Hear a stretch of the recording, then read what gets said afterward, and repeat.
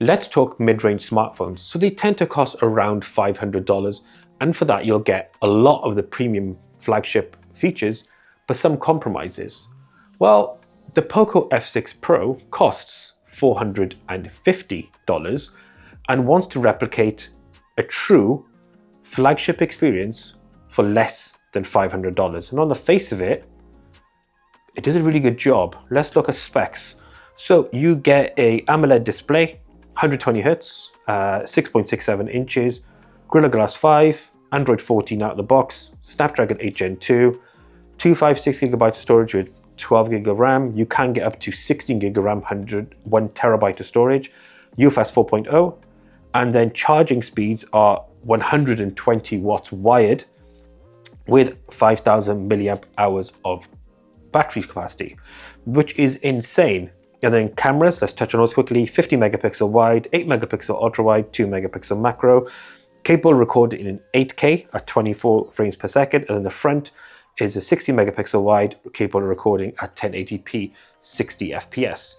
Now, we've been using the Poco F6 Pro for around about a week, give or take, just roughly a week.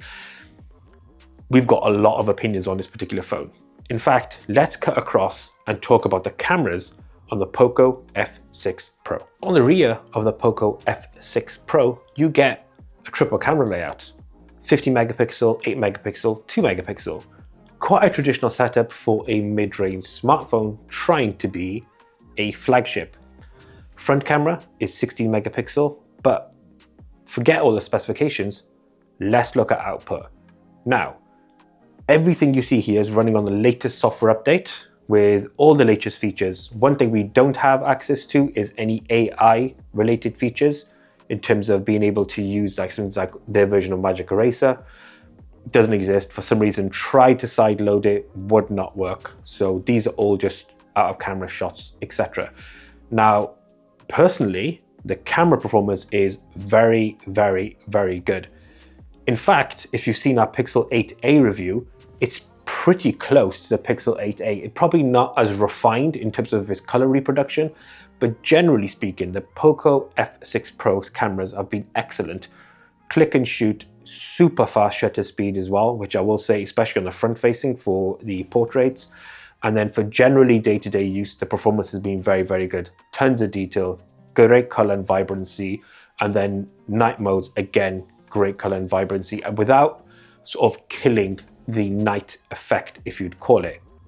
In terms of video, 4K 60 on the rear is what we're filming at here. We didn't shoot in 8K 24 FPS because you can't really translate it across in the video, but the 4K 60 comes across stunning, like really, really good quality, excellent color reproduction. There is a little bit of stabilization, I think, because this was shot on a pretty windy day, and it doesn't look like there's much jitter or issues there with the way it's processed at all. So generally, the Poco F6 Pro's cameras are a massive win, massive win, and really puts a bit of a stamp on the sub $500 category. So it competes directly with the Pixel 8a and those below it in terms of price points. So let's talk screen performance of the Snapdragon 8 Gen 2 in the Poco F6 Pro. We were going to deep dive into a lot of the AI features that Xiaomi introduced, but oddly enough, they're not actually available right now here in the UK. So we're going to have to deduct those, and potentially they will come in the near future via software updates, which could be soon. But as of this video, there is no AI features. But in general, screen, stunning is the best way to describe it. Brilliant color reproduction, deep blacks, tons of vibrancy in that color as well when it comes to watching any form of content or even looking at photos, videos, anything. It produces excellent colors. So they quote it at 68 billions of colors. They just throw numbers in it realistically. It's an AMOLED display. It will perform how you would expect it to perform, especially when in terms of watching content. If we move away from content, as we've mentioned, and go into things like gaming performance, this is where the Snapdragon 8 Gen 2 chip really kicks in, and you get excellent gaming performance. And more importantly, really good thermal management. This used to be a thing that was probably against 8 Gen 2, but we found no issues at all running gaming for a good hour, hour and a half, not a problem. Watching content video does not overheat at all. So the way it manages its power and the way it outputs its power is excellent. So a real win and a real, hey, flagship level performance of Snapdragon 8 Gen 2 on the Poco F6 Pro. HyperOS on the Poco F6 Pro runs beautifully.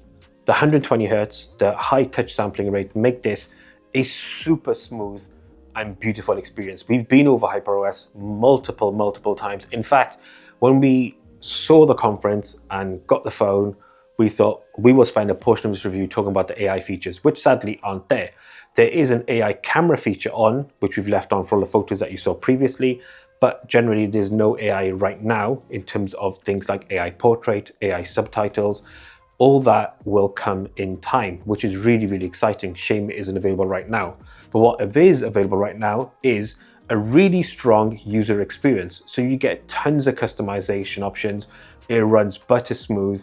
There's no slowdown, no jagginess, no ghosting or anything. It runs beautifully. There's more refinement in HyperOS more than it is a huge change.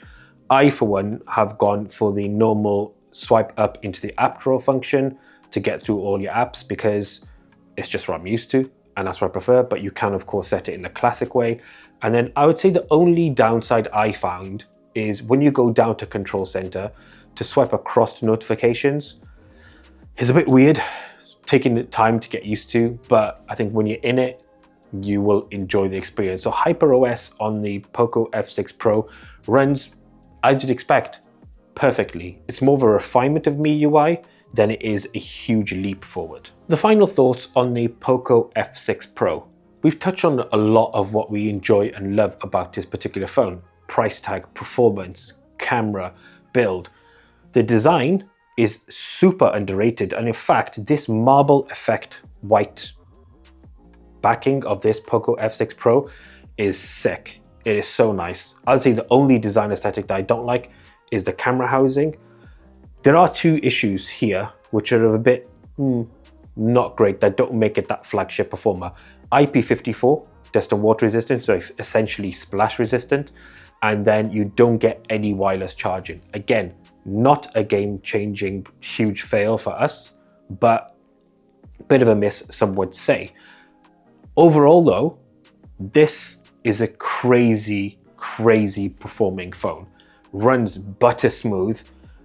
Everything about it has been a really good experience. And I gotta say, it's nice to have numerous Poco phones that we've reviewed that have performed very well, and you're getting great value for money. Like, don't forget, $449. This is $50 cheaper than a Pixel 8a. And I'd say the 8a's only strength it probably has over this is wireless charging and slightly better cameras in terms of design, build, performance. This crushes a Pixel 8a. And that's our review. Thank you for watching. Until the next one, as always, we out.